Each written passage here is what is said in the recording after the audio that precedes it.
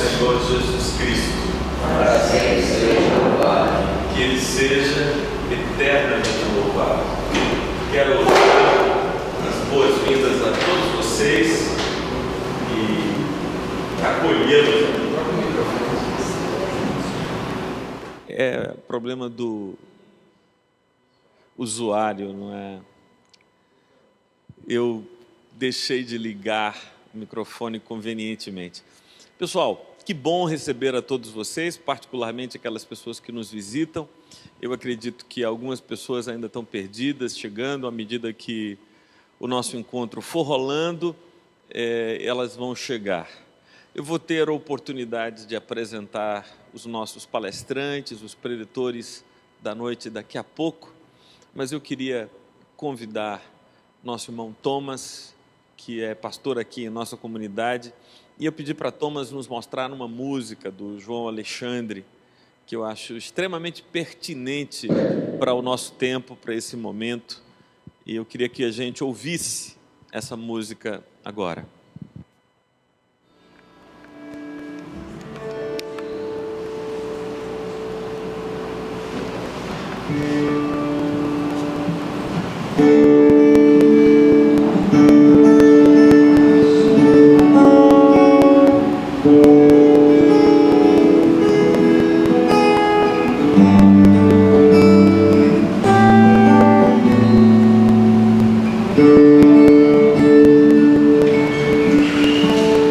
Como será o futuro do nosso país?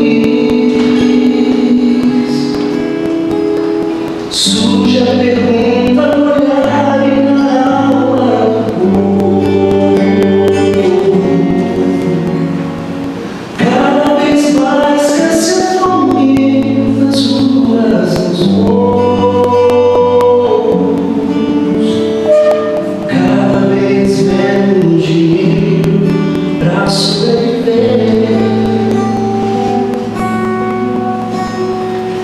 Onde andará a justiça, outrora perdida? Some a resposta na voz e na vez de quem manda. Homens com tanto poder e nenhum coração. Gente que compra e vende a moral da nação. Brasil, olha pra cima. Existe uma chance de ser novamente feliz. Brasil, há uma esperança. Volta teus olhos pra Deus, justo juiz. Como será o futuro do nosso país? Surge a pergunta no olhar e na alma do povo. Cada vez mais cresce a fome nas ruas, nos morros. Cada vez menos dinheiro pra sobreviver. Onde andará a justiça, outrora perdida? Some a resposta na vez de quem manda. Homens com tanto poder e nenhum coração. Gente que compra e vende a moral da nação. Brasil, olha pra cima. Existe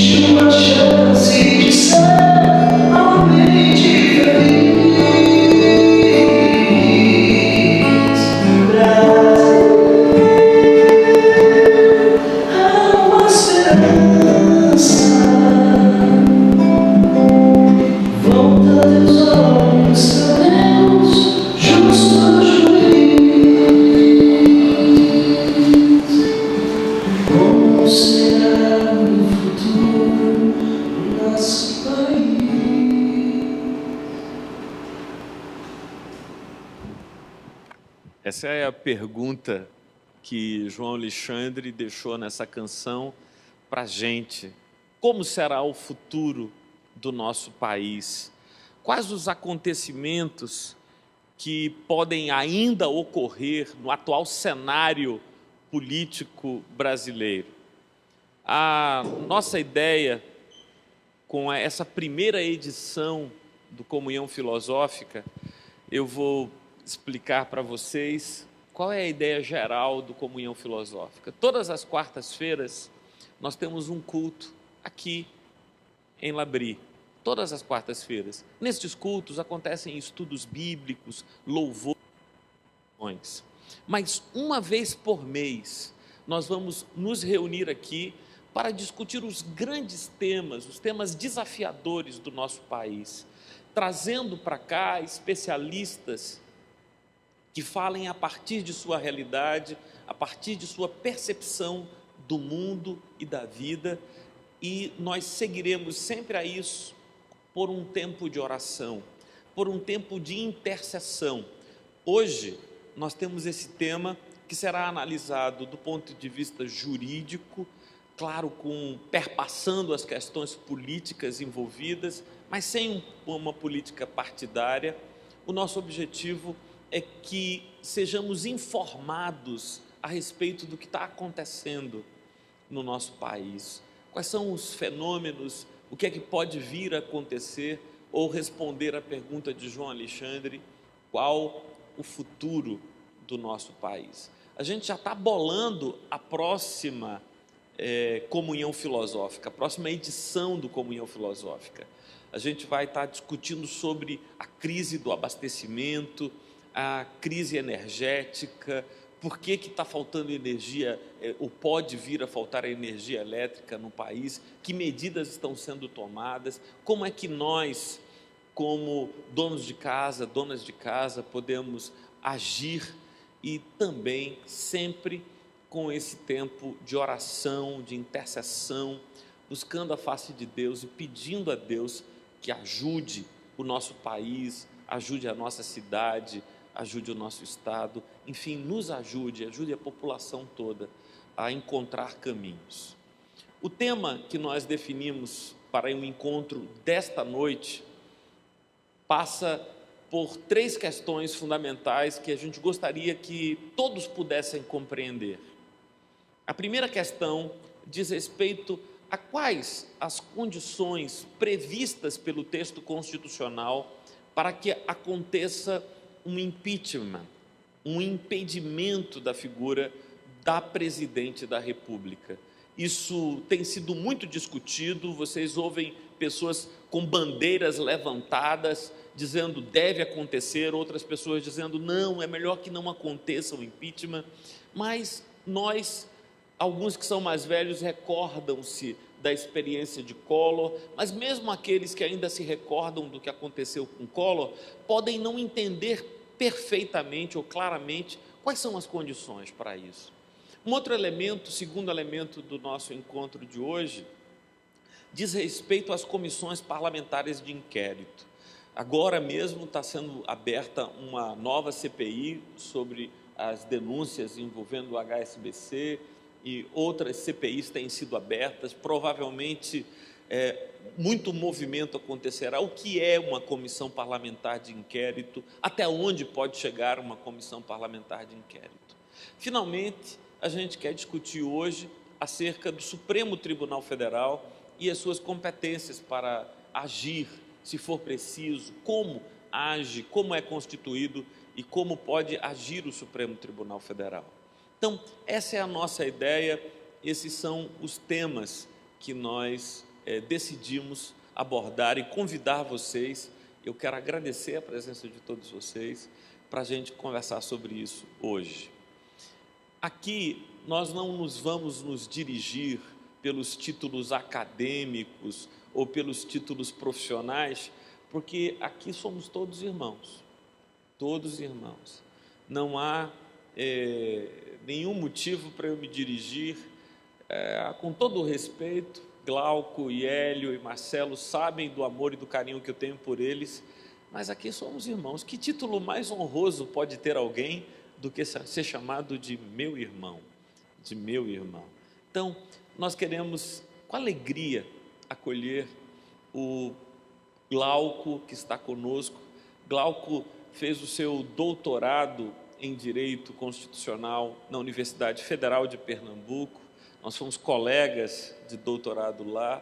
Glauco é professor da Universidade Federal da Paraíba, é professor da Universidade Católica de Pernambuco e é professor da Faculdade Damas. Então, Glauco, receba a nossa acolhida. Vamos dar uma salva de palmas. Receba a nossa acolhida. E eu fiquei tão emocionado, Glauco, quando você se dispôs a vir. E eu sei que professor, hein, Solange, não é fácil arrumar uma brecha na sua agenda, e a sua disposição de vir e estar conosco me emociona muito. E aqui da comunidade, a gente vai ter sempre alguém da comunidade que possa colaborar. Hélio, que vocês conhecem, Hélio também é lá da casa de Tobias, se formou lá na casa de Tobias, lá na Faculdade de Direito do Recife. E Hélio, que foi professor, morreu. Agora sim, agora foi.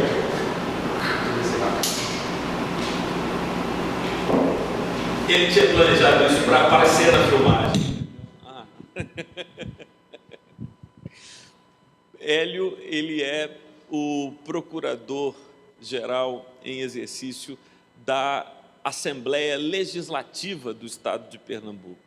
Então, Hélio tem acompanhado todas essas CPIs que rolaram na Assembleia Legislativa nos últimos anos e tem trabalhado como advogado também em campanhas eleitorais, orientando candidatos nas campanhas para prefeito, para vereadores. Então, Hélio tem uma larga experiência tanto no direito como professor. Foi professor do Birô Jurídico por muitos anos, naquela época em que era o grande filão era ser professor do Birô, não é? Dos cursinhos. Então, com essa experiência docente e também com a experiência jurídica, vamos acolher Hélio com uma salva de palmas. Bom, ele nunca gosta que eu diga isso, e eu sempre digo isso, que Hélio também é meu irmão mais velho.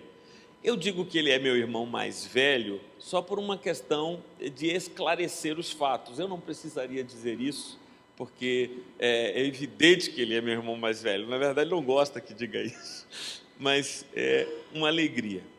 Pessoal, então vamos entrar aqui nas questões. Marcelo deve chegar daqui a pouco, eu vou ter a oportunidade de apresentar Marcelo. Marcão, se tiver algum preletor perdido por aí, você acha, cara? E eu vou começar passando a palavra para Glauco, e para que ele nos fale um pouco sobre essa questão do impeachment, sobre essa questão de quais as motivações, quais as razões que podem levar ao impeachment, enfim, para que você introduza o nosso papo, falando sobre a previsão constitucional sobre isso, para a gente caminhar um pouco por aí, Glauco. Deixa eu ver se esse microfone aqui está funcionando direito. Ah, tá. Meu amigo, muito bem-vindo. O meu telefone está aqui, eu queria que vocês anotassem o número. Rubens vai colocar ali, o número é 9999-0299, e nós vamos receber perguntas através do WhatsApp, tá certo? Você já cadastra aí o meu WhatsApp e você pode mandar perguntas através do WhatsApp, aí o 9999-0299. Nós estamos recebendo também a presença do pastor Sérgio Andrade, que vai dirigir comigo aqui o tempo de intercessão. Sérgio é um amigo antigo de muito tempo, desde a época que éramos eu e ele presbiterianos, isso no século passado, e faz há muito tempo. Desde então a gente tem caminhado juntos, e ele é hoje pastor da Igreja Episcopal Anglicana, ele é o deão da Catedral da Santíssima Trindade, e é um prazer acolher você hoje conosco, sua filha Mariana. É Mariana? Mariana, que é estudante de Direito lá da Universidade Católica. É aluna do Marcelo, e você esteve por lá dando umas aulas também, substituindo o Marcelo. Então, a todos vocês, alegremente queremos acolher. Glauco, fala um pouco para a gente, cara, como é que é esse negócio de impeachment? Pessoal, inicialmente, boa noite a todos, boa noite a todas. Eu agradeço a acolhida de todos vocês. E eu confesso aqui o seguinte, quando eu vi a postagem de Martorelli no Facebook falando desse debate, eu já tinha escrito lá que eu viria para assistir, para escutar quem viria, por Marcelo, por Hélio, e depois que ele me convidou para também estar participando dessa discussão. E isso é muito bom, porque, para mim, esse convite de Martorelli é um meio que é até uma intimação, né? O doutorado tem dessas coisas, a gente conhece novas pessoas, a gente faz novas amizades, e a de Martorelli foi um desses ganhos do doutorado. Professor Marcelo acaba de chegar.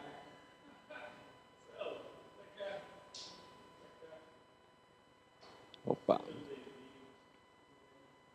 Professor Marcelo Labanca, professor da Universidade Católica, também doutor em Direito, foi meu professor, então, para mim, é uma Veja, honra. Marcelo, ele não precisava ter dito isso.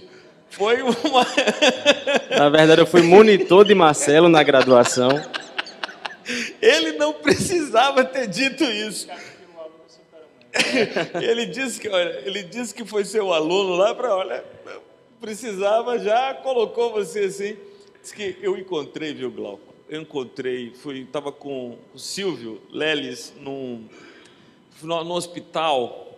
O Silvio estava passando mal, a gente foi no hospital, e aí a médica que estava atendendo o Silvio olhou para mim e disse: professor Martorelli. E aí eu digo: olá. E aí ela disse assim: mas, professor, que emoção receber o senhor aqui. Eu fui sua aluna. E aí eu logo imaginei, no curso de administração, no curso de direito. Aí ela disse: não, professor, eu fui sua aluna na 8ª série. Digo: meu Deus do céu! Quando eu estava o senhor foi meu professor de matemática quando eu estava na 8ª série. Eu digo: puxa vida, eu devia ser menino. Mas o professor Marcelo, como Glauco já começou a apresentá-lo, também fez o seu doutorado lá na Universidade Federal de Pernambuco, pós-doutor pela Universidade de Pisa, na Itália, professor da Universidade Católica, procurador do Banco Central. E nós estávamos agora começando, Marcelo. Você chegou no momento certo para ser acolhido pela comunidade. Vamos dar uma salva de palmas, acolhendo o Marcelo. Bem, um detalhe sobre o Marcelo é que eu casei Marcelo também, não é? Olha aqui, a esposa dele aqui. Eu tive a alegria de celebrar o casamento de Marcelo, e desde então, nossa amizade, a gente tem se encontrado, menos do que eu gostaria, né? Mas a gente tem se encontrado. Glauco, você tem a palavra. Então, pessoal, eu gostaria de tecer apenas algumas considerações sobre o processo do impeachment, quais seriam algumas hipóteses de cassação da presidente e que tipo de consequência poderia surgir desse impeachment. Mas, antes de eu entrar em algumas observações mais concretas do texto constitucional, como é que a Constituição de 88 tratou dessa matéria, eu acho que é sempre importante voltar, pelo menos, a algumas noções, alguns fundamentos que estão por trás da própria ideia essencial do significado de uma Constituição para um Estado democrático. E essa observação me parece pertinente porque percebam que, ao longo da nossa história política, nós não tivemos nenhuma Constituição que durou tanto quanto essa de 88. E, portanto, tem garantido uma estabilidade político-institucional que não foi experimentada em nenhum momento anterior da nossa trajetória. Então, qual é o sentido de uma Constituição para um Estado democrático? Eu poderia aqui sintetizar, ressaltando aqui duas finalidades, principalmente. A primeira finalidade é que uma Constituição ela se dispõe a regular o poder político do Estado com o objetivo de impedir um governo arbitrário, um governo autoritário. Então, a Constituição é um instrumento que procura viabilizar um governo moderado e equilibrado. E a outra finalidade de toda a Constituição é a de assegurar direitos fundamentais básicos de qualquer pessoa, como a liberdade de expressão, liberdade religiosa, a isonomia, o devido processo legal e vários outros direitos que são fundamentais. Então, a regulação, a limitação do poder e a consagração de direitos fundamentais são as duas finalidades. O tratamento do impeachment entra justamente na primeira vertente da Constituição, que é a disciplina do exercício do poder. Então, por mais que haja um processo eleitoral democrático com ampla participação da sociedade, mas isso não significa que o voto é um cheque em branco e que qualquer governante pode exercer a sua função a partir de sua vontade, a partir de conveniência política, sem observar justamente os limites que a Constituição estabelece. Então, por isso que a Constituição, embora assegure amplos poderes, tanto ao Executivo, ao Legislativo, ao Judiciário, mas nenhum pode se arrogar a condição de um poder absoluto. Então, esse é um ponto de partida que a gente deve ressaltar. Uma outra coisa também importante é que foi a Constituição de 88 que resgatou, e lembre-se disso, resgatou a eleição direta para presidente da República, porque na transição do regime autoritário para o regime pós-88, a transição, então, houve a eleição para Tancredo Neves, que não assumiu em razão do falecimento, e o vice, que foi Sarney, mas ali foi uma eleição indireta pelo Congresso Nacional. Então, somente pós-88 é que se resgatou propriamente a eleição direta para presidente da República. E aí chegamos a esse cenário atual. Também a gente não pode desconsiderar que a última eleição, como todos sabem, foi uma eleição muito acirrada, uma eleição muito discutida, um desfecho muito apertado, e é claro que isso permitiu um cenário político que uma oposição acaba também se fortalecendo. Pois bem, embora o cenário político seja esse, e isso todo mundo tem acompanhado pela imprensa e tudo mais, mas a Constituição ela assegura, como regra geral, a integridade do mandato do presidente da República, ainda que ele tenha sido eleito por uma diferença muito pequena de votos. Então, isso é importante até para não estabelecer uma espécie de uma derrubada do chefe do Executivo apenas porque o opositor não foi o vencedor. Então, a regra geral tem que ser a integridade do mandato como uma ferramenta para a própria estabilidade política do país. Não é razoável que a toda hora haja a deposição de um chefe de Estado, de um chefe de governo. Então, sendo essa a regra, a cassação do presidente é a exceção. Por isso que, quando a Constituição vai falar das hipóteses em que o presidente pode ser destituído do mandato, essas hipóteses devem ser lidas como excepcionais. São apenas aquelas situações taxativamente previstas na Constituição.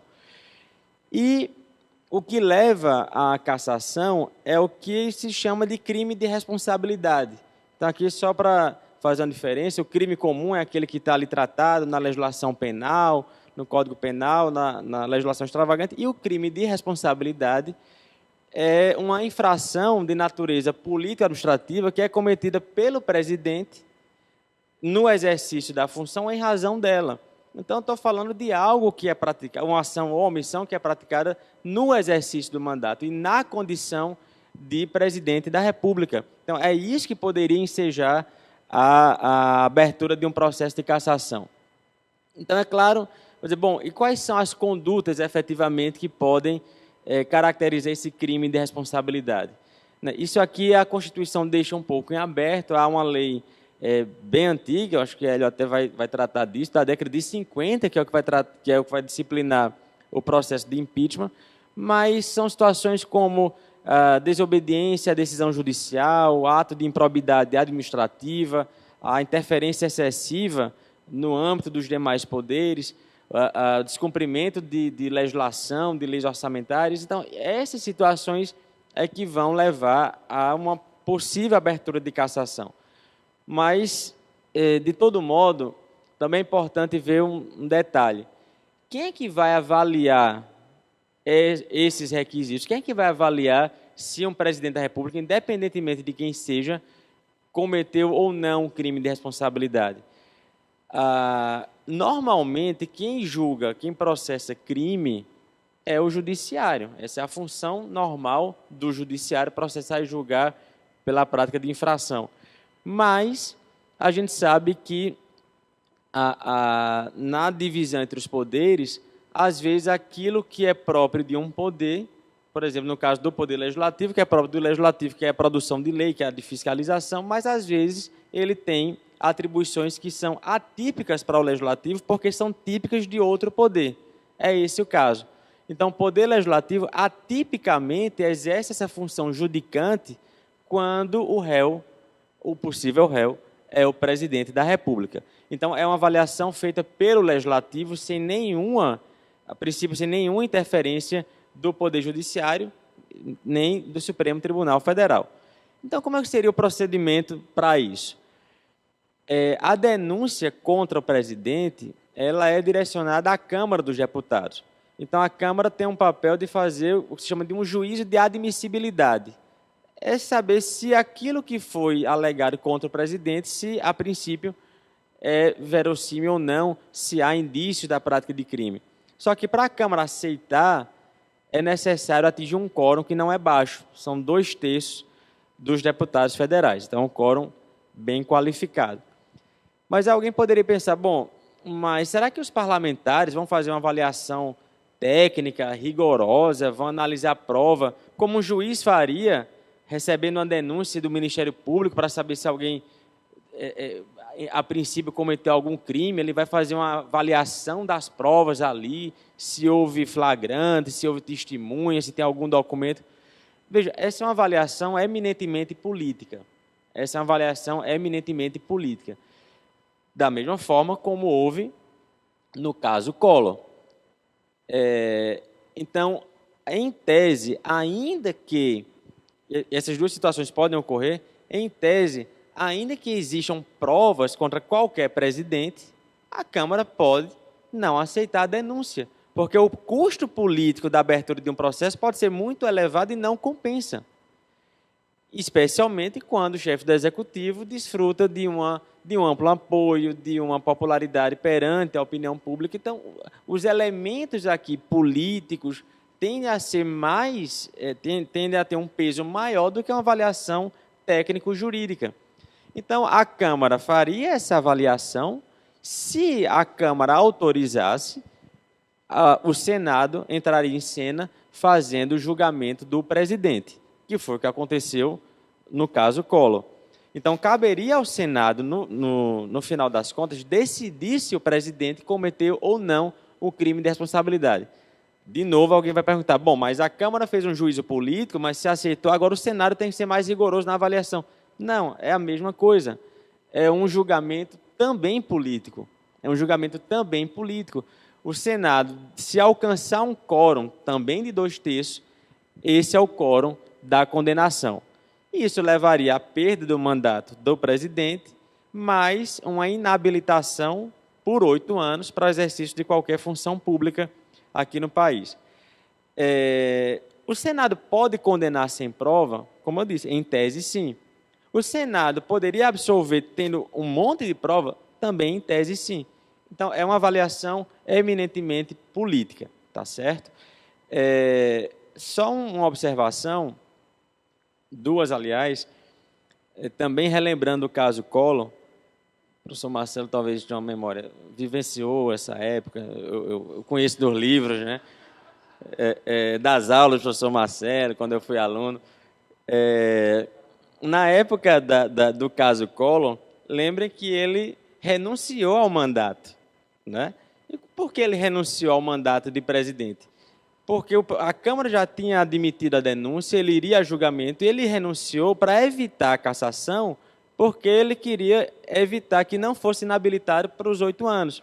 Então, a tese era, bom, se eu for cassado, eu perco o mandato, já que eu sou presidente. Mas se eu renunciei, não sou mais presidente, então não tenho o que perder. Só que essa estratégia não deu certo, porque mesmo com a renúncia, isso gerou um incidente no Supremo, o Supremo entendeu que o Senado poderia ir adiante. E foi, condenou, e daí ele ficou inabilitado por 8 anos, só voltou depois com a eleição para o Senado. Então, essa é a primeira observação. Ainda que a Câmara aceitasse a denúncia, um presidente renunciasse, isso não impediria o julgamento pelo Senado. Uma outra observação é que, independentemente do que o Senado decida, se a Câmara aceitar a abertura do processo, independentemente do que o Senado decida, o mérito em si da decisão, se é culpado, se é inocente, se cometeu crime, se não cometeu, esse mérito ele não é avaliado por nenhum órgão do Poder Judiciário. Porque aí talvez alguém tivesse dúvida, não, mas se o presidente fosse cassado injustamente pelo Senado quando não havia prova suficiente, ele pode recorrer ao Supremo. Não, não pode. Esse é um julgamento definitivo por parte do Senado Federal. As hipóteses em que o Supremo poderia interferir, se provocado fosse, seria, por exemplo, já que é um julgamento contra o presidente ali está na condição de réu. E como réu, qualquer pessoa tem um direito à ampla defesa, tem um direito ao contraditório, tem um direito ao devido processo legal, tem um direito de não ser condenado por prova ilícita. Então, essas garantias constitucionais devem ser observadas. Então, exemplo, se o Senado condena sem dar oportunidade do presidente se defender da maneira adequada, isso poderia gerar nulidade do processo inteiro no âmbito jurisdicional. Mas aqui há uma diferença, estou discutindo a própria ilegalidade do procedimento. E isso pode ser avaliado pelo judiciário, mas não o mérito político da avaliação por parte do Senado. Isso aí realmente é uma decisão soberana do Senado e ninguém pode rever essa decisão. Só para concluir, até para dar espaço para os demais, numa hipótese que é sempre também perguntada, mas e se Dilma for cassada? E antecipando até uma avaliação, não me parece tecnicamente que existam elementos para essa abertura desse procedimento, então seria muito mais uma avaliação política mesmo do Congresso. Se Dilma fosse cassada, quem ficaria no lugar dela? Não seria Aécio que perdeu a eleição? Não. Dilma é presidente, existe o vice-presidente, que é Michel Temer, então uma das funções do vice é suceder o titular. Se Dilma for cassada, quem assume é Michel Temer. E concluiria o mandato que foi iniciado por Dilma. E se na hipótese que Dilma fosse cassada, Michel Temer, digamos, daqui a 3, 4 meses, renunciasse, ou então se ele falecesse, qualquer coisa, ele saiu da presidência também. Essa é uma hipótese que é chamada de dupla vacância. O cargo de presidente e de vice-presidente da República são definitivamente vagos. Bom, mas nesse caso, quem é que vai ficar lá na frente da presidência? Aí seria convocada uma nova eleição. E enquanto essa nova eleição não ocorrer, ficariam respondendo pela presidência da República, mas isso é só uma situação transitória, o presidente da Câmara, o presidente do Senado e, por fim, o presidente do Supremo Tribunal Federal. Mas essa situação seria meramente transitória. Seriam presidentes interinos enquanto não há o resultado dessa eleição extraordinária. Tá? Então, essa seria, digamos, um cenário que poderia surgir caso todos esses atos, de fato, se concretizassem. Houvesse a denúncia contra o presidente, a Câmara dos Deputados, por uma avaliação política, um quórum elevado, aceitasse a denúncia, passasse para o Senado condenasse também por um quórum mais alto, daí Temer assumiria, e se Temer sair, seria convocada uma nova eleição. Então, na verdade, teria que acontecer muita coisa para se chegar a isso. Numa avaliação política, a gente também tem que considerar o impacto institucional da destituição da presidente, a repercussão econômica dessa destituição, a repercussão social, até em termos de estabilidade, de uma normalidade social, se isso provocaria alguma reação mais agressiva, mais contundente. Então, isso tudo tem que ser ponderado. Como eu falei, a Constituição ela busca, sobretudo, garantir uma estabilidade institucional. Então, essas situações de ruptura, essas situações excepcionais, devem ser avaliadas com muita cautela. Então, não é razoável aqui que, às vezes, por uma situação do momento, uma pressão política mais forte, se pense em mudar ou quebrar as regras do jogo por uma oposição que se forma circunstancialmente naquele momento. Tá certo? Então, minha gente, eram essas as considerações que eu tinha a fazer inicialmente, depois a gente pode discutir mais no debate, mas, novamente, agradeço a participação, agradeço pelo convite de estar aqui e agradeço pela atenção de todos vocês. Muito obrigado. Obrigado. Agora, vou pedir para Marcelo trabalhar essa pergunta aqui que vem do nosso irmão João, pastor auxiliar aqui da nossa igreja. Ele pergunta o seguinte: quais as diferenças entre as condições que levaram Collor a sofrer um impeachment e as atuais condições envolvendo a presidente Dilma Rousseff? Eu sei que ainda nós temos à disposição poucas informações, né, Marcelo, ainda sobre o envolvimento pessoal e individual de Dilma, mas o que é que você poderia elucidar para a gente, se a gente poderia traçar algum comparativo, Marcelo, entre aquela situação que levou Collor a perder o seu mandato e o atual contexto? Liga aí, tá? Tem que... Isso, agora, tá ligado. Boa noite a todos e a todas. Desculpem o atraso, peço mil desculpas, o Waze me levou para outro canto. Eu fiquei perdido, depois consegui chegar aqui pelo Google Maps. Mas cá estou, então queria agradecer o convite que me foi formulado inicialmente pelo meu amigo Martorelli, que me casou, né, com minha digníssima que está ali. Tchau. E queria elogiar a brilhante e ponderada exposição de Glauco, né? Acho que Glauco foi muito feliz. Ele analisou analisou o contexto, né, com a sensibilidade política, porque falar de impeachment não é só falar de direito constitucional. É você também ter que entender um pouco como funciona o jogo político que mantém uma estrutura de poder que é uma presidência da República. Então, não é simples a decisão de retirar um presidente, não é como você, por exemplo, vai no Bom Preço, compra uma televisão que vem quebrada, e você vai no órgão de defesa do consumidor, no juizado especial, e diz, não, é meu direito ter uma nova TV, eu quero trocar. Não se troca um presidente como se troca uma televisão. Porque ali, no caso da televisão, você tem regras jurídicas claras. No presidente, você tem juízos políticos. Então, depende muito do contexto, né? Do contexto que mantém a estrutura política. Veja, por exemplo, essa mesa de vidro, ela não está flutuando, ela tem duas bases de sustentação. A presidência da República, o Poder Executivo, ele tem uma estrutura, ele tem uma base.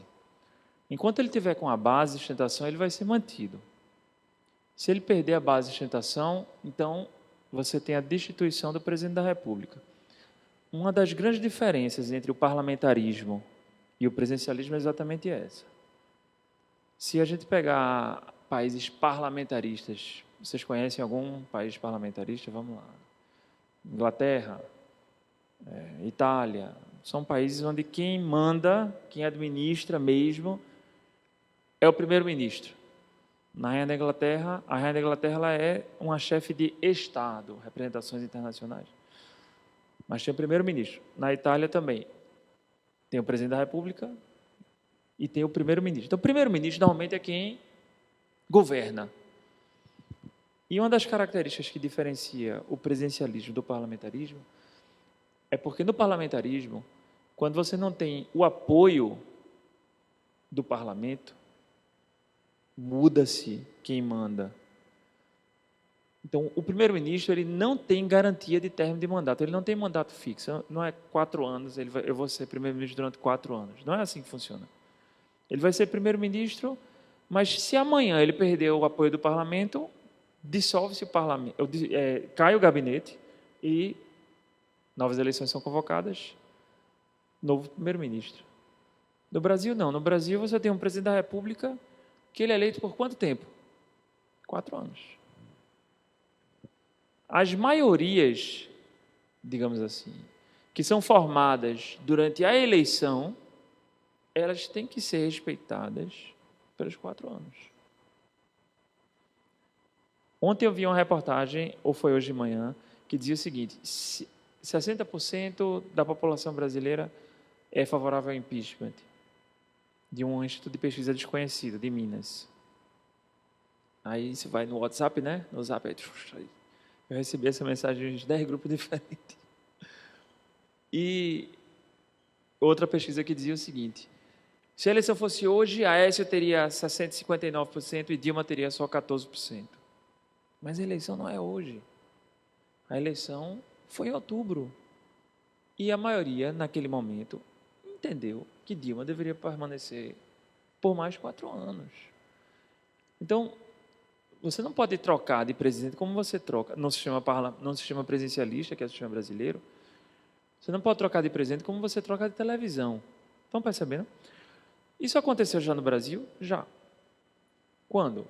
Com Collor. A situação de Collor era bem diferente da situação de Dilma de hoje. E aqui eu vou me lembrar, viu, Martorelli, das minhas leituras dos livros também, porque não... O que eu me lembro naquela época... Eu me lembro naquela época, em 1992, que eu fazia 3º ano científico no Contato, participava do movimento estudantil e eu fui um daqueles caras, caras pintadas, né? Fui às ruas, pintei o rosto. Eu me lembro que a gente saía do Contato, zona centro ali, Contato que fica ali na Agamenon Magalhães, a gente saía várias vezes em passeata até a Rua do Príncipe, até a Universidade Católica. Mas, muito jovem, né? Eu entendia só que havia um grande movimento, né? E a gente tinha vontade de participar, como jovem. Mas eu não entendia bem a dimensão. Aos poucos, né? Com o passar do tempo, a gente vai tendo uma dimensão do que aconteceu. No caso de Collor, havia evidências efetivas de que ele participava de um esquema de tráfico de influência. O próprio irmão dele o delatou. E, por favor, vocês aqui da plateia, me corrijam se eu estiver equivocado, mas os indícios eram muito significativos de que ele estava, digamos assim, participando ou cometendo atos que poderiam ser considerados atos de improbidade ou crimes de responsabilidade. Não é, ao que parece, o que acontece com a presidente Dilma. Por quê? E aqui eu não estou fazendo defesa, não vou ser proselitista. Não estou fazendo nem defesa nem acusação, estou falando aqui como professor de direito constitucional. No caso de Dilma, ela foi eleita, ela está há 2 meses exercendo o mandato. O que se fala, o que a gente vê dos jornais, é um grande e absurdo esquema de corrupção na Petrobras, com a finalidade de financiar campanhas eleitorais. Por favor, me corrijam se eu estiver equivocado. Porque isso é a informação que vocês têm, talvez até mais do que eu. Então, eu queria fazer um parênteses aqui. Então, o primeiro ponto é a questão do financiamento partidário, financiamento de campanha. Como é que uma empresa vai gastar R$1 milhão financiando uma campanha se a empresa não vota? Então, eu sou, como constitucionalista, totalmente contra o financiamento privado de campanha. Totalmente contra. E eu estou acompanhado, sabe de quem? Da maioria do Supremo Tribunal Federal. Porque o Supremo Tribunal Federal, por maioria, já entendeu que é inconstitucional o financiamento privado de campanha. Agora, o ministro Gilmar Ferreira Mendes, ele, antes de finalizar o julgamento a votação dos outros ministros, ele pediu vista do processo, que é exatamente o quê? O processo está aqui na mesa, ele fala, não, eu vou pegar esse processo e vou levar para o meu gabinete para poder estudar melhor. Aí ele impediu a conclusão do julgamento, mas já tinha maioria formada dizendo que o financiamento privado é inconstitucional. Então, o financiamento privado já podia ter sido proibido há mais de 2 anos no Brasil. Mas está lá, no gabinete de Gilmar Ferreira Mendes. O Gilmar, que inclusive esteve na banca de doutorado de Glauco. Foi um dos examinadores da defesa de Glauco, que veio de lá do Brasil, esteve aqui prestigiando o professor Glauco. Eu estava lá também. Mas, enfim. Não me parece que é o mesmo contexto do ponto de vista dos fatos do que existe antes. Não importa se você odeia o PT ou se você odeia Dilma. Eu odeio o PT, eu quero enxotar os petistas. Escutei hoje de manhã. Temos que enxotar os petistas. Então, vai se formando, às vezes, um discurso do ódio. E esse discurso do ódio, ele termina sendo mais emoção do que razão. E, muitas vezes, esse discurso do ódio termina se ricocheteando, saindo do governante e indo para o eleitor. Então, eu escutei certa vez o cara falar: quem votou em Dilma tem que pagar a gasolina do meu carro, porque aumentou a gasolina. Está vendo? A culpa é de quem votou. E, sinceramente, isso não só por pessoas, né, que são pessoas que a gente encontra no meio da rua, mas por formadores de opinião. Por exemplo, eu vi uma foto no jornal de Ronaldinho Gaúcho não, Ronaldo, o Fenômeno, com a camisa: a culpa não é minha, eu votei no Aécio. Ou seja, a culpa é sua, que votou em Dilma. Então, isso é um absurdo, isso é gravíssimo, porque isso termina gerando uma ruptura dentro de nós, dentro da sociedade. Com o meu irmão que está do meu lado, com o meu vizinho, com um cara que é meu amigo de pelada, mas de repente eu passo a ter ódio dele porque ele assume uma postura política diferente da minha. E isso foi a partir daí que você teve o surgimento de sistemas totalitários, como, por exemplo, o nazismo, o fascismo. Então é preciso ter cautela. O sistema político, hoje no Brasil, é muito diferente do que o que aconteceu na época do Collor. Primeiro, porque as instituições funcionam. Então, você vê o quê? Você vê o Ministério Público atuando, você vê a Polícia Federal investigando, você vê a imprensa denunciando. Então, não tem ninguém calado, nem ninguém engavetando, nem ninguém deixando de agir. As instituições efetivamente estão funcionando. A democracia brasileira, hoje, em 2015, ela é completamente diferente da democracia brasileira que havia em 1992, apenas 4 anos depois da queda da redemocratização brasileira. Então, no meu modo de ver, por isso que quando eu comecei a falar, eu concordei com o Glauco, e eu achei ele muito, muito fino na abordagem dele. Foi de uma fineza extrema, porque ele disse: olha, a questão é delicada, a questão é extremamente política, mas não se pode agir assim. Não gosta, eu mudo. Porque, vamos lá, por hipótese, pegando o que você falou, uma coisa é um crime comum: matar, roubar, estuprar. Isso é crime comum. Outra coisa é o chamado crime de responsabilidade. O crime de responsabilidade é muito vago. Por exemplo, atentar contra a liberdade dos poderes, violar a separação dos poderes, por exemplo, violar a Constituição. Que artigo? Então, crime de responsabilidade, por definição, algo extremamente vago. Quem diz se houve ou se não houve crime de responsabilidade não é o juiz, são os parlamentares. Então, o juízo, conforme disse o professor Glauco, é político. Então, por hipótese, se hoje os parlamentares, todos eles dissessem: eu quero tirar Dilma, eles tiravam. Basta Eduardo Cunha, que é o presidente da Câmara de Deputados, mandar processar o impeachment, colocar em votação. Aí o Congresso Nacional é feito de 2 casas, Câmara e Senado, chamado bicameralismo. Aí a Câmara tem que autorizar e o Senado é que julga, passa a faca. Então basta a Câmara autorizar, que com a mera autorização Dilma já ficaria afastada por 180 dias. Isso é uma regra que tem na Constituição. Ela fica afastada para poder não interferir.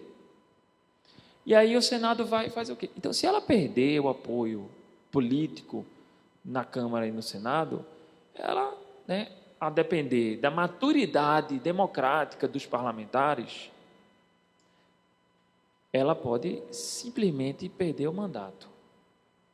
E isso termina aproximando um pouco o nosso sistema com o sistema parlamentarista, o sistema presidencialista. Porque se eventualmente isso acontecer porque ela perdeu o apoio político, o nosso sistema deixaria de ser um sistema presidencialista e passaria a ser, no meu modo de ver, muito próximo ao sistema parlamentarista. Então, só concluindo, a situação jurídica é diferente, fática é diferente, contexto é diferente. Dilma ainda tem apoio, não de toda a população, mas de boa parte da população. Se houvesse, e aí eu pego um gancho aqui no que Glauco falou, é preciso analisar, ter cautela, para não gerar a ruptura social. Então, havendo um eventual impeachment de Dilma agora, estou dizendo agora, hoje, né, porque ninguém sabe o que vai aparecer amanhã, eu acho que ia haver uma ruptura social forte. Entendo. Deixa eu apresentar aqui as perguntas. Nós estamos recebendo perguntas pelo WhatsApp no número 99990299. E as perguntas estão chegando aqui. Hélio, você estava comentando com o Glauco o parecer do Ives Gandra, que foi... E aqui uma das perguntas que temos é a seguinte. Diz que o Gandra disse que crimes culposos de inépcia, omissão, negligência, estão caracterizados na conduta de Dilma. Isso pode ocasionar um impeachment? Isso é real? Se sim, por que ninguém a acusou judicialmente? Você deu uma olhada no parecer do Ives Gandra? Qual foi a tua leitura e quais são os comentários que você tem acerca desta situação?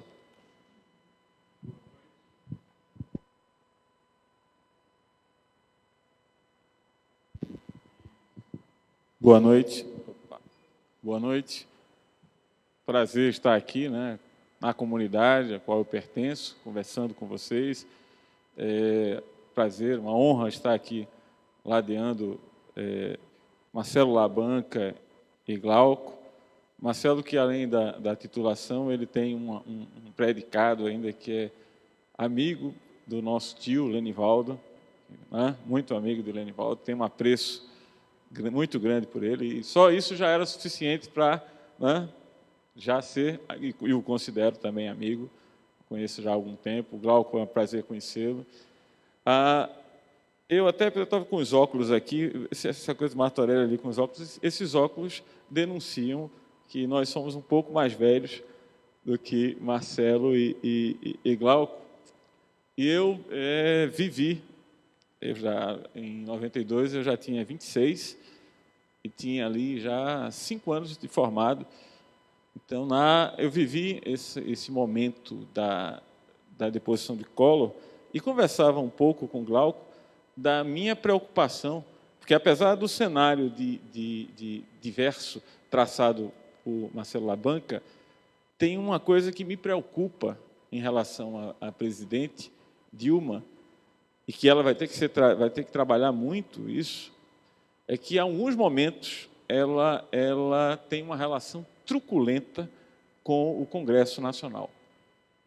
Ela é uma postura, ela é presidente, ela comanda o poder executivo, mas existem os outros poderes e a relação precisa ser harmônica, precisa haver uma boa relação. No momento onde há a possibilidade de julgamento político pelo Congresso Nacional, não ter uma boa relação, um bom relacionamento é um perigo.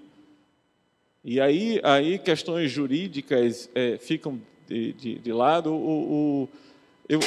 Eu tive a oportunidade de ler o parecer do Ives Gandra, mas é muito na linha, acho que os professores da Faculdade de Direito já falam muito, o João Maurício também, é que ele já parte do resultado. O resultado é existem condições jurídicas para o impeachment. Vou agora depois apresentar as razões. Né?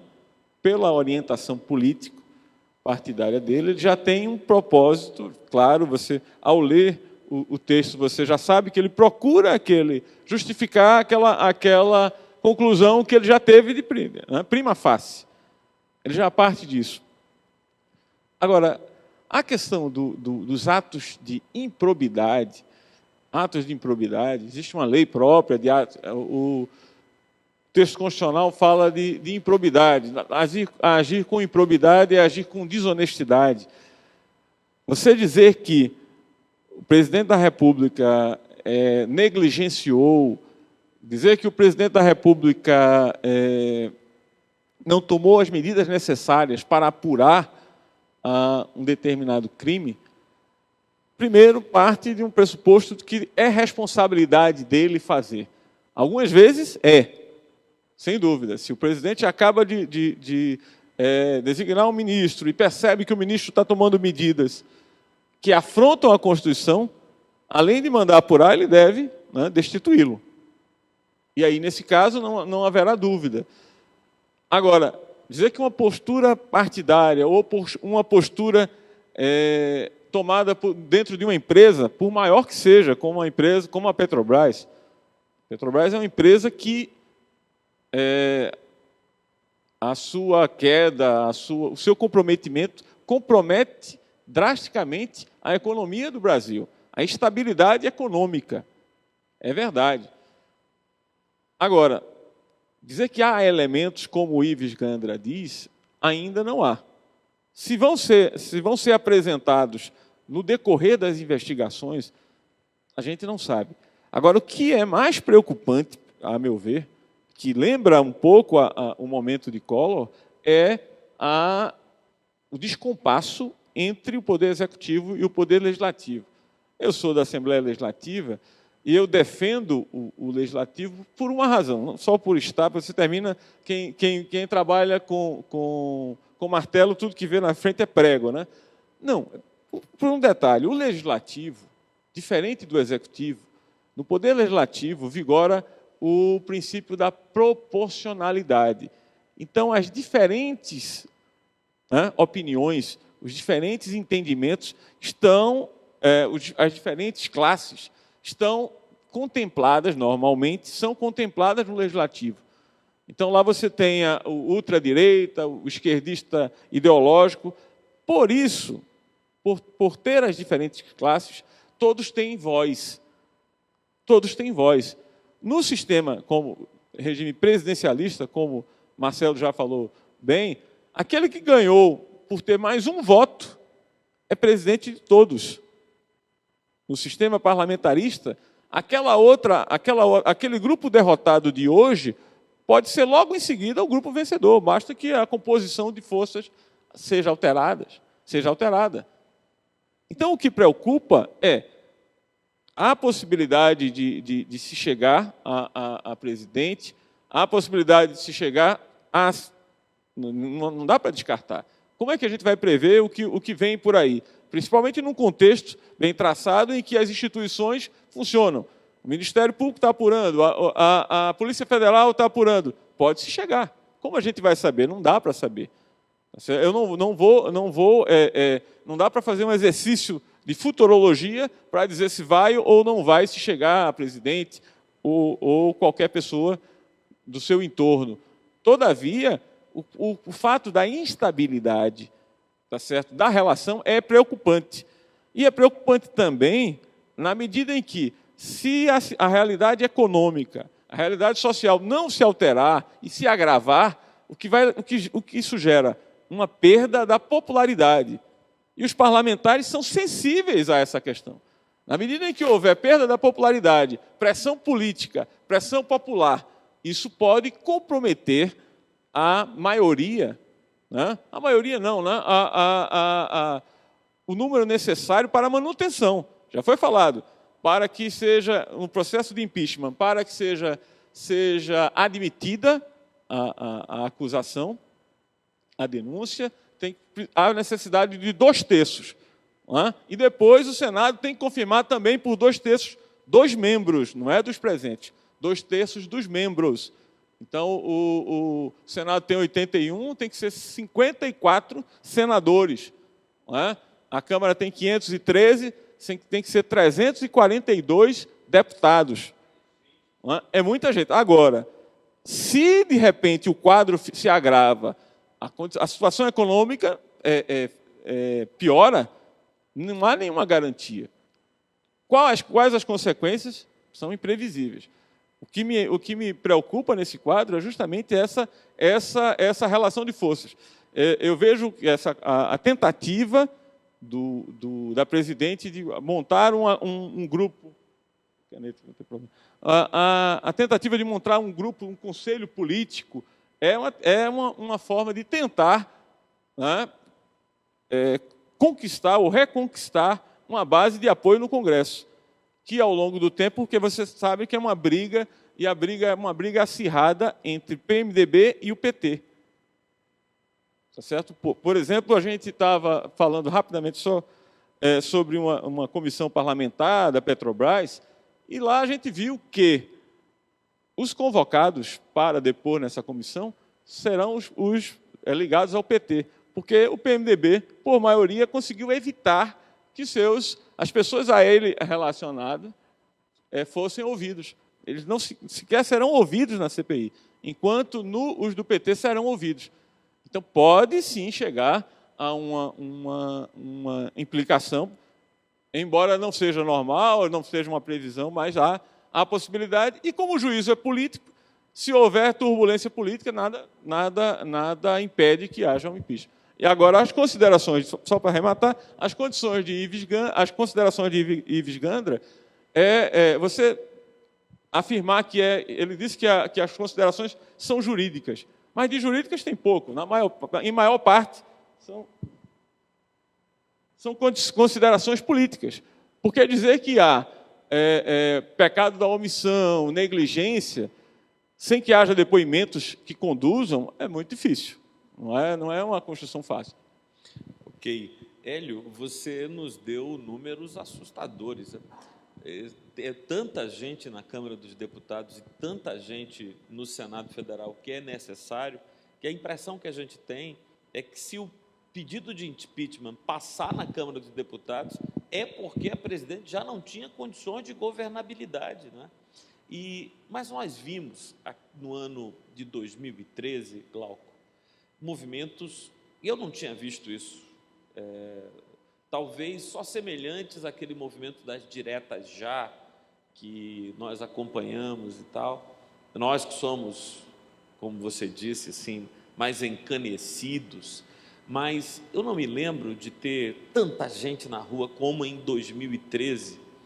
Tainá me escreveu dizendo assim: Painho, eu quero ir para as ruas, isso em 2013, porque a revolução vai acontecer no país e eu quero participar. Isso eram os adolescentes cheios de esperança de que alguma coisa profunda acontecesse.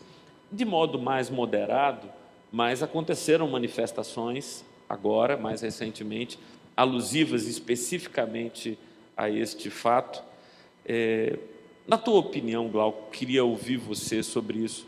Qual o impacto que outras manifestações, porque é possível que com o avanço das denúncias e do processo e a preparação de tudo isso, outras manifestações ainda maiores, com mais gente nas ruas e o Brasil todo em grande mobilização, qual a possibilidade, qual o impacto que você supõe que isso pode gerar, já que você mesmo disse que essas decisões não são tanto jurídicas, são mais políticas? Será que os deputados e senadores podem ser pressionados por essas multidões e suas eventuais manifestações? Ou é todo mundo, ou você acha que não, que os deputados e senadores não seriam afetados desse modo? Bom, eu acho que até para responder a essa questão, que é bem interessante, ela não destoa do que já foi dito aqui por Marcelo, por Hélio, que é uma avaliação mais cautelosa e mais tranquila do cenário político. É claro que aqueles movimentos de 2013, eles tiveram uma repercussão considerável. Ali havia uma bandeira, né, contra a corrupção e tudo mais. O professor Marcelo foi para o movimento dos Caras Pintados, em 92 eu era pequeno ainda, não pude participar, meus pais não deixavam, mas no 2013 nós estávamos lá, né, participando desse protesto por mais transparência e tudo mais. E houve, mais recentemente, algumas manifestações contra e a favor de Dilma, o que mostra exatamente a própria divisão do pleito eleitoral. Então, acho que tem que haver uma certa cautela na leitura desse tipo de manifestação contra a presidente ou a favor de um possível impeachment. Isso não quer dizer que o Congresso não tenha que dar ouvido ao que vem das ruas, mas isso também não significa que para toda e qualquer manifestação, por mais numerosa que seja, isso se torne um fator determinante para a destituição de um presidente da República eleito, como o Marcelo bem frisou, em outubro, e naquele momento, a maioria, metade mais um dos eleitores do Brasil, essa maioria foi a favor de mais 4 anos da presidente Dilma.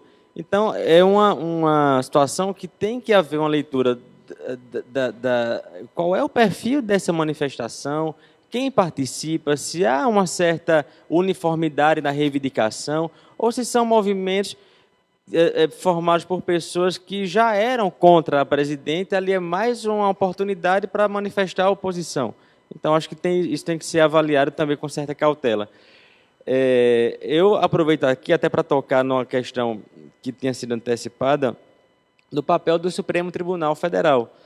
Né? Se o Supremo Tribunal Federal vier a ser provocado, será que o Supremo pode processar a presidente da República?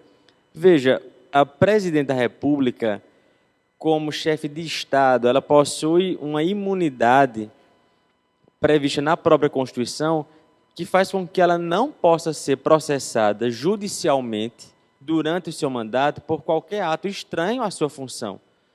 Então, o Supremo ele também tem esse papel de tentar moderar ou equilibrar ali o funcionamento das instituições e zelar pelas regras do jogo democrático. Então, o tribunal, isso a gente já viu, o tribunal ele não não um tribunal isolado, não um tribunal técnico, neutro, que não está prestando atenção para o que se passa no ambiente social, mas também não é um tribunal que pode ceder simplesmente aquelas paixões, daquelas pressões que se formam naquela situação. Então, isso também tem que ter uma certa cautela. A própria permanência e credibilidade do Supremo Tribunal Federal enquanto instituição depende de uma segurança do seu julgamento, porque senão, se um presidente é destituído, se um tribunal cede a todo tipo de pressão, então qual é a segurança das instituições que a própria sociedade passaria a ter? Então, por isso que eu acho que é importante reafirmar essa necessidade de uma avaliação mais delicada de um processo que levaria à destituição da presidente. Ok, obrigado. Glauco, Marcelo, eu não sei se você ouviu, chegou até você através do WhatsApp ou outros meios, o pessoal andou falando sobre intervenção federal, sobre chefes dos poderes convocando as Forças Armadas para intervir. Você ouviu esses áudios? Intervenção militar. Intervenção militar. O que é que você tem a nos dizer sobre isso? Porque muita gente ficou com medo, o pessoal estava falando até que era para comprar comida, guardar em casa, que os quartéis estavam se preparando para um levante e tal. Eu vejo com muita pena, né? Muita lástima, porque em uma democracia defender uma intervenção militar é não olhar para o passado não tão distante, né, do Brasil. Então, uma democracia você pode falar pedindo a volta, né, a uma ditadura. Uma ditadura que você não pode falar pedindo a democracia. A democracia, ela pressupõe, no seu discurso de liberdade de expressão, a manutenção da própria democracia. Então, a democracia ela não permite elementos autofágicos. Ninguém pode, por exemplo, criar um partido nazista, algo que venha a violar a própria democracia. E a democracia, às vezes, muitas vezes, aí aqui tem eu queria fazer aqui uma pequena observação. Existe uma tensão muito grande entre aquilo que se convencionou chamar de constitucionalismo, Constituição, e democracia. Democracia no sentido de vontade da maioria. Mesmo que a vontade da maioria quisesse uma intervenção militar, mesmo que 99% ou 100% da população quisesse, ainda assim não poderia ser feito isso, porque democracia não é aquilo que quer a maioria. E aí é onde existe a tensão entre democracia e constitucionalismo. A Constituição está aí, conforme o Glauco bem mencionou, uma pauta básica de manutenção da ordem jurídica de organização do Estado, definição de direitos fundamentais. E por mais que você tenha pessoas querendo subverter a Constituição, vontade da maioria, a Constituição tem que ser mantida. Aqui, parafraseando, tem um livro de Zagrebels que ele faz a crucificação, não sei se você conhece, é a crucificação da democracia. E aí no texto ele faz uma alusão à crucificação de Cristo, de Jesus, quando, por vontade da maioria, quem vocês querem que seja salvo? E aí Jesus não foi o escolhido. A vontade da maioria foi que colocou Jesus na cruz.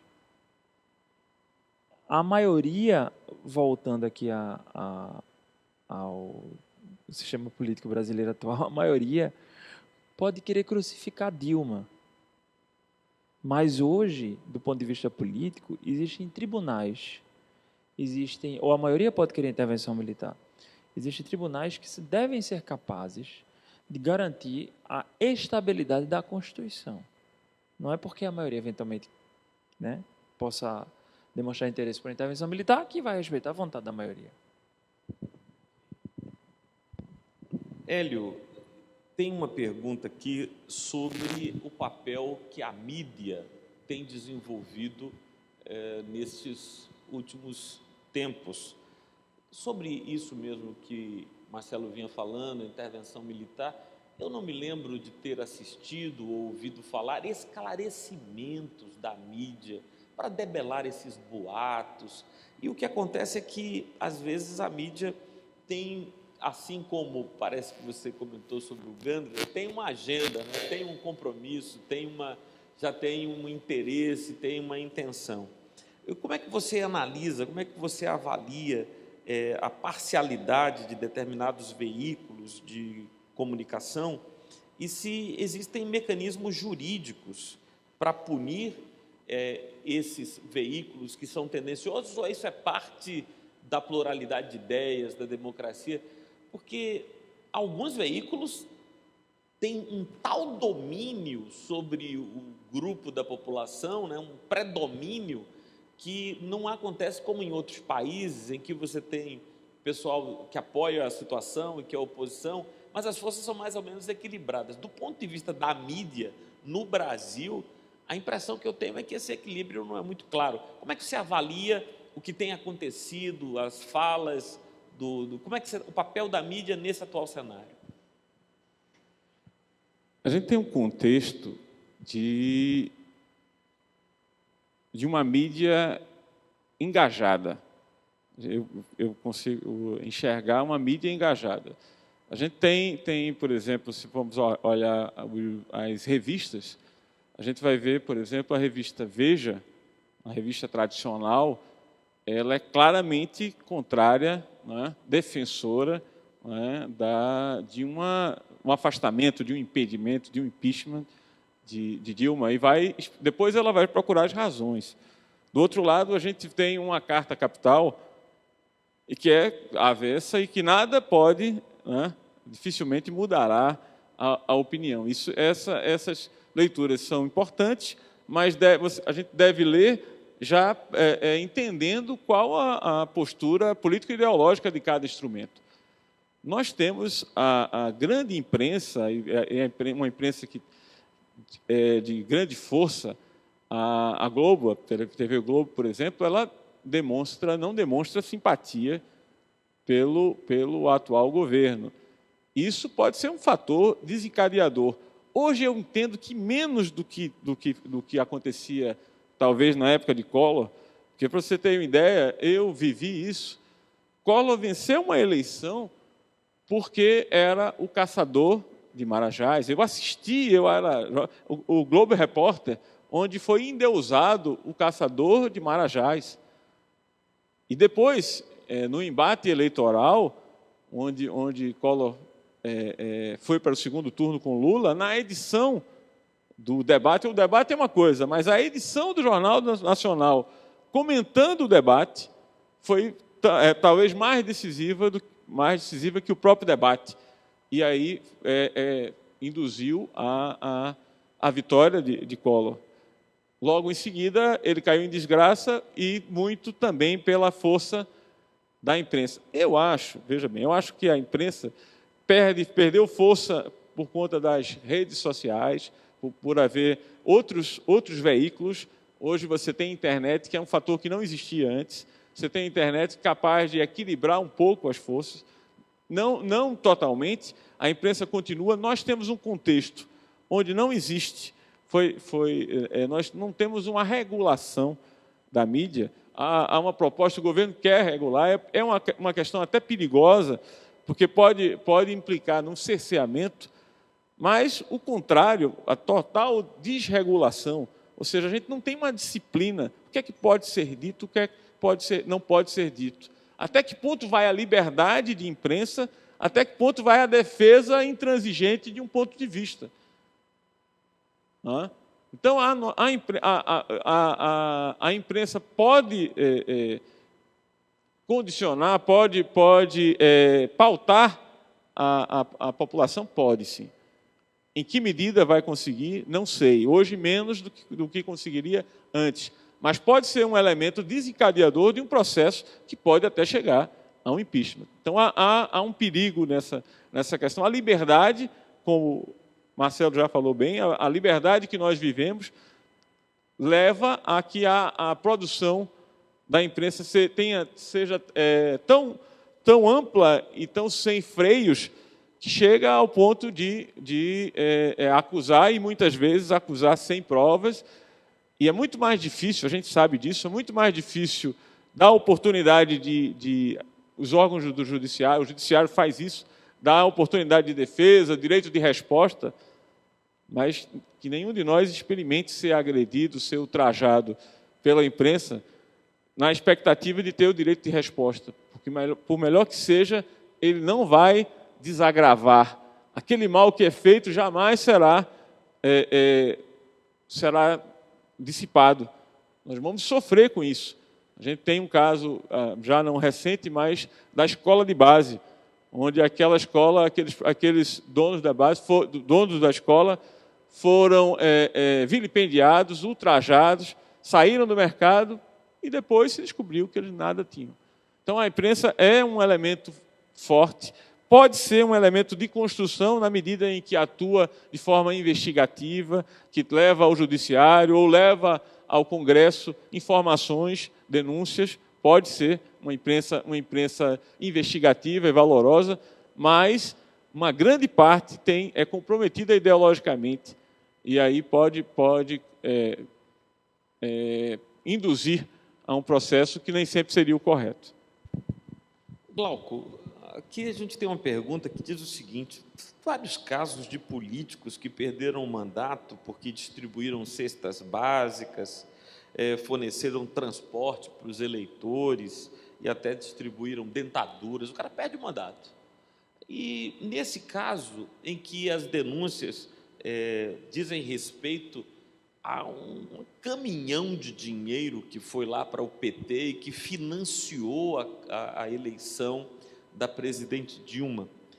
Imagino que isso vai ficando cada vez mais claro, e aquele problema que a gente já mencionou aqui sobre o financiamento privado de campanhas e empresas que têm contratos com o governo e por motivos provavelmente ideológicos, né? O cara tem aqueles grandes empreiteiros são PTs desde que nasceram, né?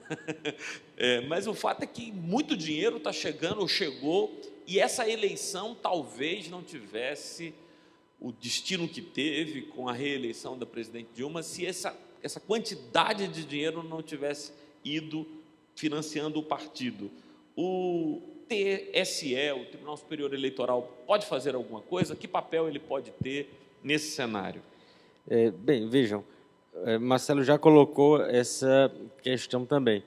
A legislação eleitoral atual, ela, por não proibir o financiamento privado de campanha, ela permite. Então, essa tem sido a interpretação prevalecente ao longo de vários anos, não só na última eleição, mas para todas as outras eleições que já foram feitas. Então, a legislação eleitoral, ela admite financiamento privado de campanha. O que chegou ao Supremo Tribunal Federal, há alguns poucos anos, foi exatamente uma ação em que se questionava se essa possibilidade de uma empresa privada fazer doação para financiar a campanha de A ou de B, se isso era compatível com a Constituição. Um dos argumentos tem sido esse, que o Marcelo já anunciou aqui, mas empresa não é eleitor, empresa não vota. Então, qual seria o interesse dela em estar bancando a candidatura do governador, do prefeito, do presidente, do senador? E, no fundo, o problema maior é que fatores econômicos acabam interferindo no processo eleitoral. Então, essa é a preocupação maior.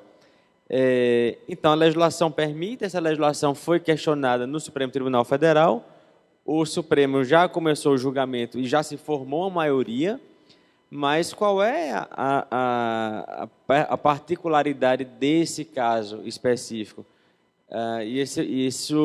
Quanto a isso, essa foi uma decisão que eu cheguei a analisar com mais calma na época até do doutorado, é que o tribunal e essa maioria não se limitou a dizer financiamento de campanha não pode. Não se limitou a dizer isso. Foi além. A maioria disse financiamento privado de campanha não pode, e mais, o Congresso Nacional tem que fazer uma mudança na legislação eleitoral a partir de tais e tais parâmetros.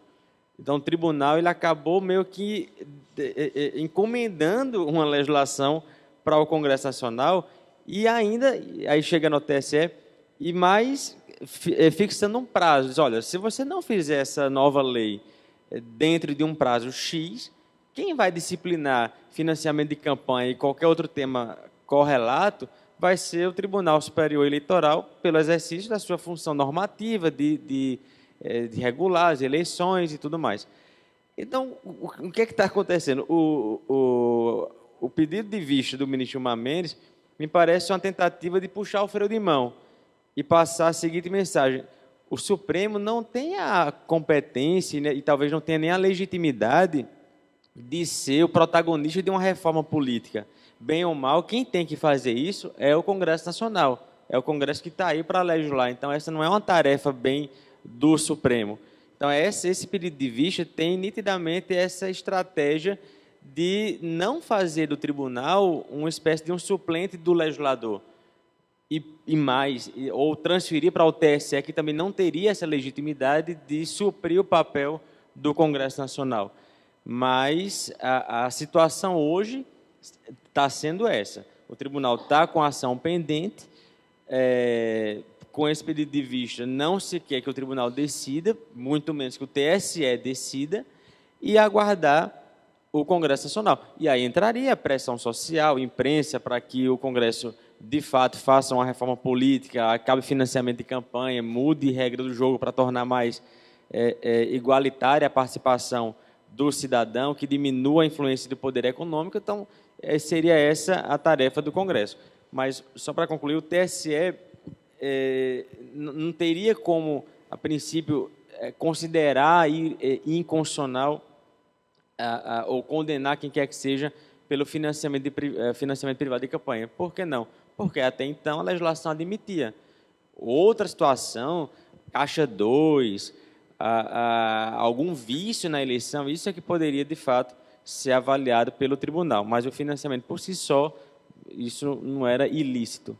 O que você tem é uma situação em que o descompasso, né, financeiro dos grupos é imenso, porque o pessoal ganha muito dinheiro para financiar a campanha, com compromissos, obviamente, de futuros negócios, isso desequilibra o jogo. Por via das dúvidas, A gente já está se aproximando do final do nosso encontro hoje. Marcelo, eu queria que você comentasse o seguinte: nós temos um problema. O senhor Glauco já colocou, você, Hélio, colocou também, que a decisão agora é uma decisão política. E a decisão política pode atropelar direitos da presidente Dilma e de outras pessoas envolvidas. Como é que você avalia essa possibilidade do assunto de Dilma ser afastada pelo Senado, o assunto subir ao Supremo Tribunal Federal? Você vê condições políticas e jurídicas do Supremo mandar voltar a Dilma ao governo, invalidando uma votação do Senado? Como é que você vê isso aí? Não vejo não. Não vejo porque o juízo feito pelo Congresso Nacional é realmente um juízo político. O Supremo Tribunal Federal não tem competência para julgar se houve ou se não houve crime político.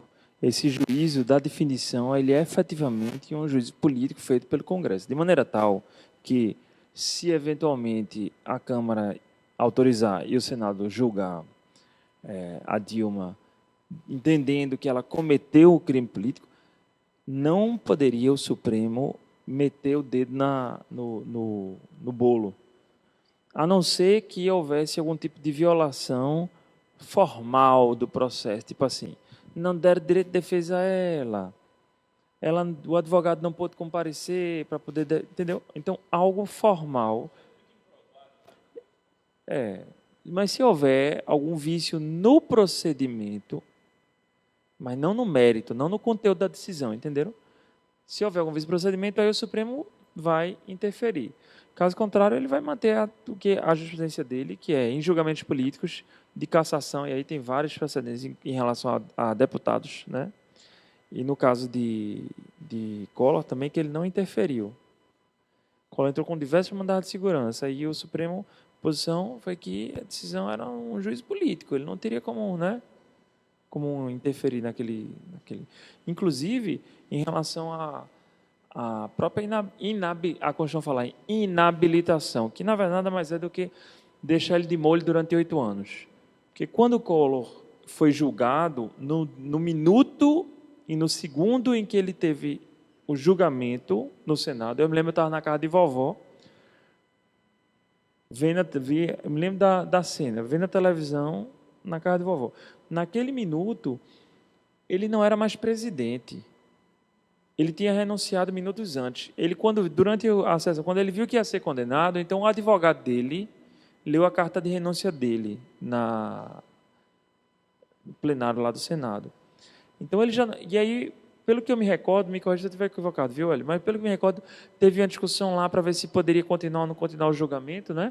E aí entenderam que poderia continuar o julgamento, deveria continuar o julgamento, para poder aplicar a penalidade de deixar ele 8 anos fora da vida pública.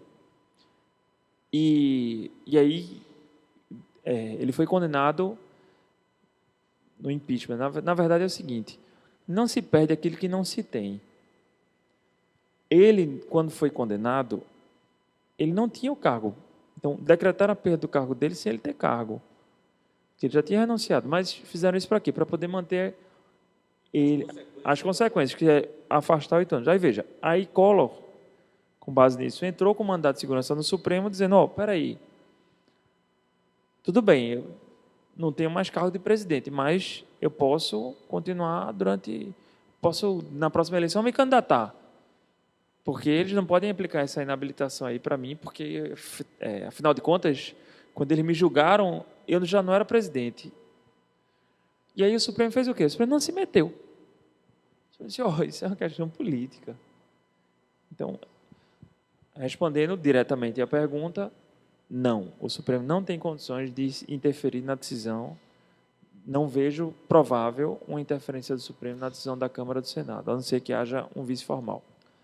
Hélio, a gente está diante da CPIs estão sendo abertas e outras vão ser abertas quando as informações estiverem mais claras.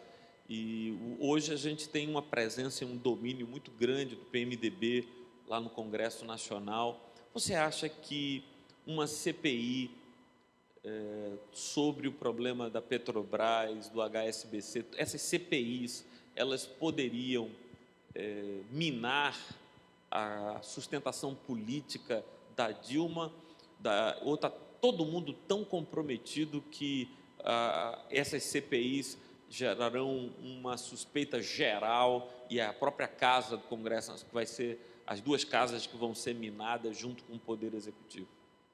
Como é que você vê a possibilidade destas CPIs interferirem as investigações e as próprias interrogatórios e tudo que vai sendo transmitido para todo mundo, né? Pela TV aberta do Congresso e tal? Como é que você vê isso? Só rapidamente, a CPI é um momento em que o Parlamento, no caso o Congresso Nacional, a Câmara ou o Senado, assume uma postura investigativa ou investigatória. E aí, se valendo de poderes quase judiciais, ele faz uma investigação. As casas fazem uma investigação de situações de um fato determinado. Nós temos o caso da CPI da Petrobras, e eu vinha conversando antes com o Glauco, a CPI da Petrobras já tem material farto. Por quê? Porque a Polícia Federal já apurou, não é? O Judiciário vem apurando, e já existem várias delações premiadas junto ao Ministério Público Federal, onde os fatos já foram apontados, esquemas já foram desvendados, e a CPI continua trabalhando. Tem um fator positivo, que muitas vezes a população chega com denúncias, com fatos, e carreia para a CPI, mas a CPI, como nela há uma atuação política, há possibilidade de uma condução dos trabalhos, como os partidos mais articulados podem evitar que depoimentos, não é, e que conclusões em relatórios danosos aos seus interesses cheguem a termo. A gente falou exatamente de um fato recente. O PMDB impediu que fosse tomado depoimentos de pessoas relacionadas ao PMDB, enquanto que, na CPI da Petrobras, permitiu que as pessoas ligadas ao PT fossem ouvidas. Aí eu vou dizer, e as pessoas ligadas ao PT são santas? Não.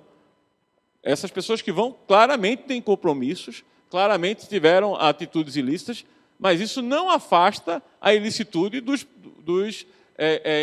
relacionados, vinculados ao PMDB. Se descobriu no esquema pela Polícia Federal e o Ministério Público que partidos, PT, PMDB e outros tantos, tinham estruturas, tá certo, montadas para corromper, tá certo? Para corromper e serem corrompidos e financiar campanhas dos diversos partidos. Então, as CPIs são instrumentos, mas devem ser acompanhadas de perto pela população, que deve se valer das redes sociais, que deve se valer da imprensa também, para impedir que haja uma condução desvirtuada e deixe de fazer o propósito. As CPIs já prestaram grandes serviços no âmbito federal, no âmbito estadual. Eu até comentava que a arrecadação de ICMS em Pernambuco, quando aqui na Assembleia Legislativa funcionou uma CPI dos combustíveis, a arrecadação do ICMS cresceu. Então, a CPI pode ser bem empregada e pode acrescentar, mas corre o risco de ser utilizada ou manipulada politicamente para apontar só quem quer ser apontado, quem não tem força política para isso.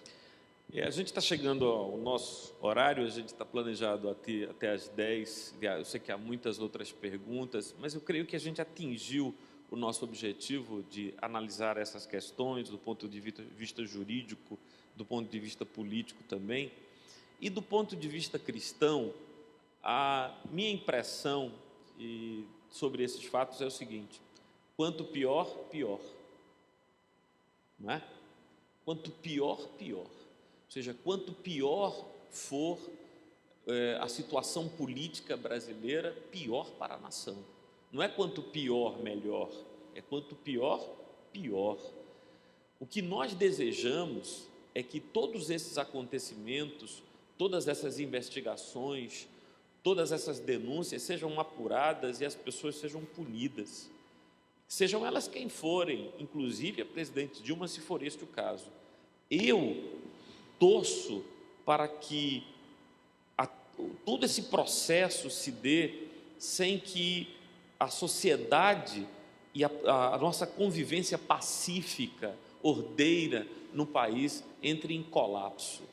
A gente já ouviu aqui, e tanto Glauco quanto Marcelo e Hélio nos disseram como aconteceria se Dilma fosse afastada, tivesse o impeachment, o vice-presidente Michel Temer assumiria, se ele também eventualmente fosse afastado, impedido, então o presidente da Câmara dos Deputados seria o presidente interino até que novas eleições fossem convocadas. Quando a gente conta essa história assim, é mais ou menos simples.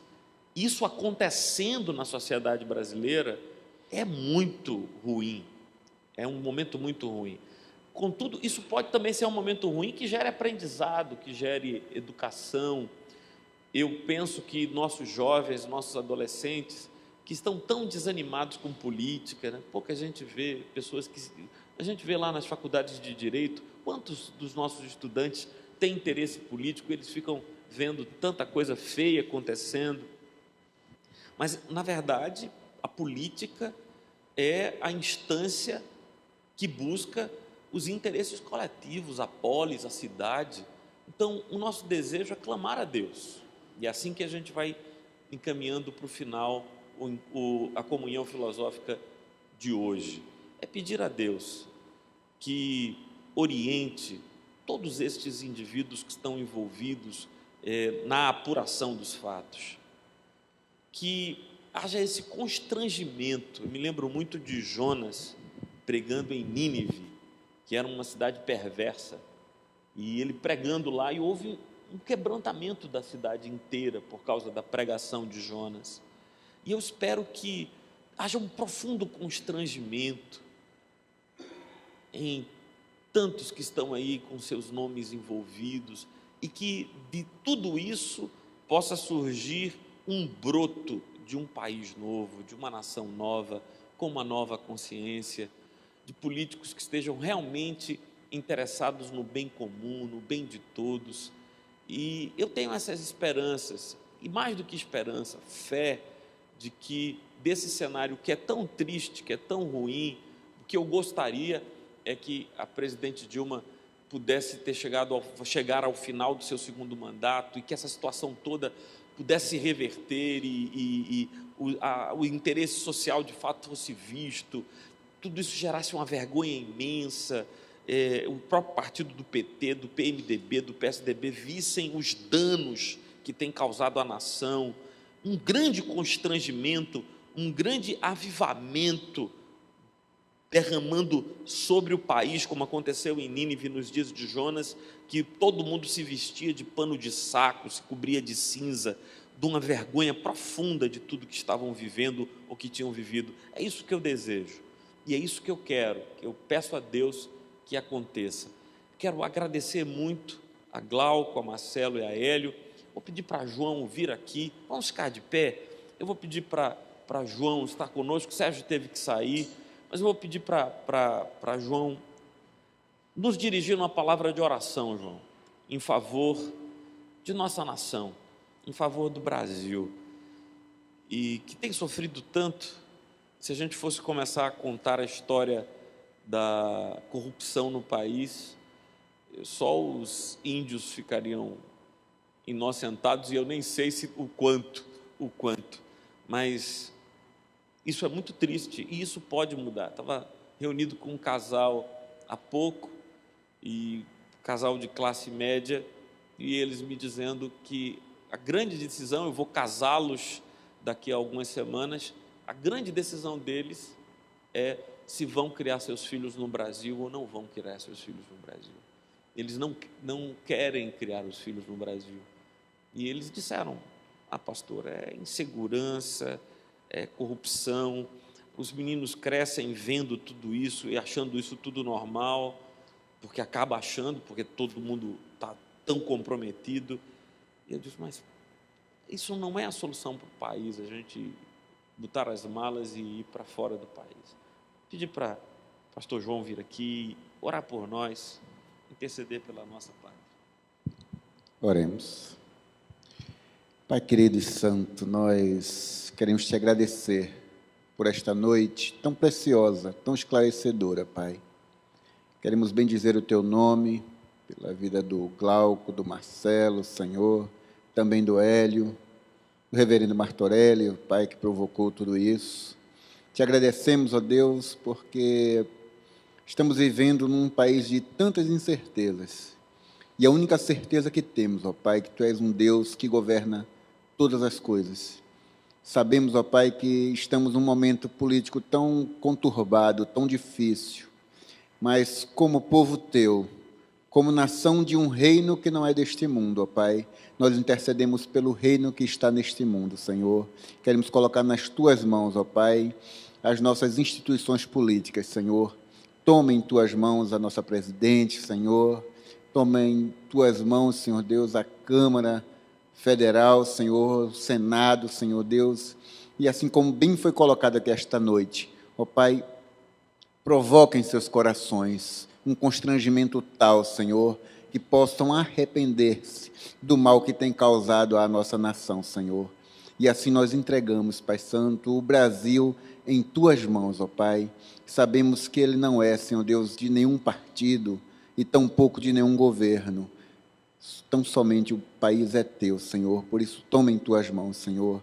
Transforma a nossa nação, Senhor Deus. Não pedimos que ela seja uma nação evangélica, mas que seja uma nação que tema o Senhor, que seja uma nação que esteja aos Teus pés, Senhor, que seja uma nação que saiba, Senhor, que acima de si há um Deus, e que esse Deus não é mamon, que esse Deus, ó Pai, não é o dinheiro, que esse Deus, ó Pai, não é a corrupção, que esse Deus é o Deus que os ama, apesar deles mesmos, apesar de seus erros e seus pecados. Toma, Pai Santo, o país em Tuas mãos. Ó Pai, nós Te bendizemos e queremos pedir ao Senhor que o Senhor possa guardar-nos, ó Pai, agora no retorno aos nossos lares. Nos abençoa em tudo, assim Te pedimos em nome de Jesus. Amém. Eu quero agradecer a presença de todos os que estão nos visitando hoje. Foi uma grande alegria receber cada um de vocês aqui conosco. Mais uma vez, Glauco, Marcelo, Hélio, todo mundo, uma alegria. E esse é um começo. As pessoas não estão acostumadas a pensar, a questionar, e a gente está criando essa cultura.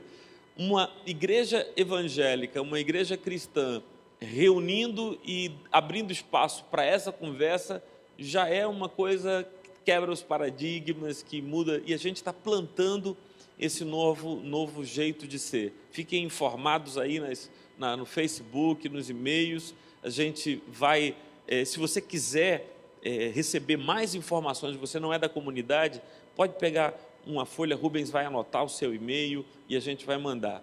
Queria mostrar para os que estão nos visitando e para Glauco e Marcelo, hoje, como é que a gente termina os nossos encontros aqui em Labri?